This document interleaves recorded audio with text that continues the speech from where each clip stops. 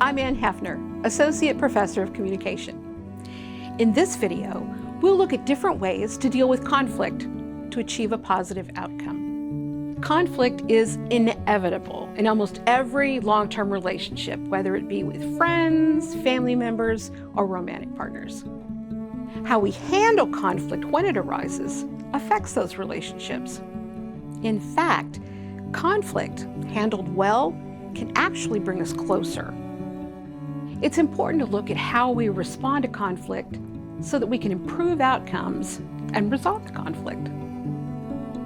Now, there are many ways to handle conflict, and unfortunately, some of the most common ways people deal with conflict aren't healthy and can cause lasting damage to relationships. One way to handle conflict, or in this case, not handle conflict, is avoidance. We ignore the conflict and pretend there aren't any issues we need to face. Skirting the issue is another way to avoid conflicts. We can skirt around the problem by changing the topic when it comes up in a conversation, or by joking about it.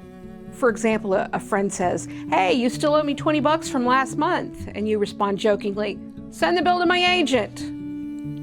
Now, you might avoid an argument in the moment, as well as paying what you owe, but at a cost to the friendship.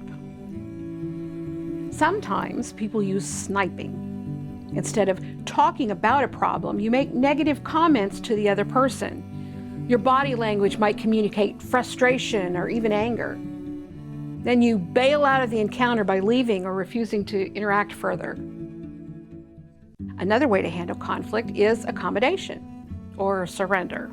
Unhealthy accommodation means that one person abandons their own goals altogether and acquiesces to the desires of the other person. Now, accommodation may seem noble, but it can often take on very unhealthy aspects. For example, the amount of control in a relationship affects the use of accommodation. The amount of love in a relationship also affects the use of accommodation. We need to be especially mindful of accommodation if it's always a one-way street. Does one spouse, for example, always accommodate the other spouse's desires at the expense of their own? Healthy relationships require mutual accommodation and compromise at times. A more aggressive way to manage conflict is through competition.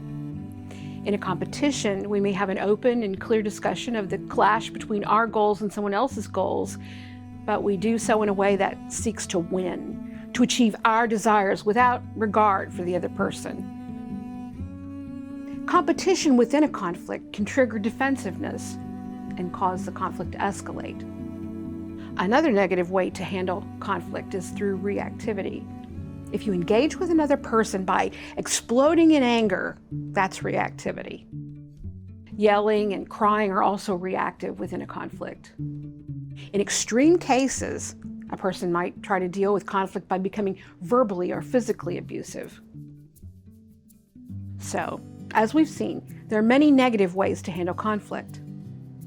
Let's now look at some healthy ways to manage and resolve conflicts. Collaboration is a great way to handle conflict. It recognizes that we're in this together, and it seeks to treat the conflict as a mutual problem-solving challenge. A second important approach to keep in mind is to attack the problem and not the people. It's the difference between saying, "We need to adjust our budget to cover this new expense," or saying, "You need to get a better job." Another healthy way to resolve conflict is to focus on common interests and long-term goals. This approach helps to remind us of what we have in common and helps to put a current problem into perspective. We also need to create options before we arrive at decisions. This approach helps people feel like their wants and needs have been considered, that their voice has been heard, and it helps us find mutually agreed upon solutions. That approach can also help us avoid future conflicts because one person or group doesn't feel like they lost while someone else was the winner. Finally, we need to critically evaluate our proposed solution. Will it work? Is it fair? Will it create new problems that must be addressed? Do the positives outweigh the negatives for most of the people who'll be affected? As we said in the beginning, conflict is inevitable in virtually any relationship.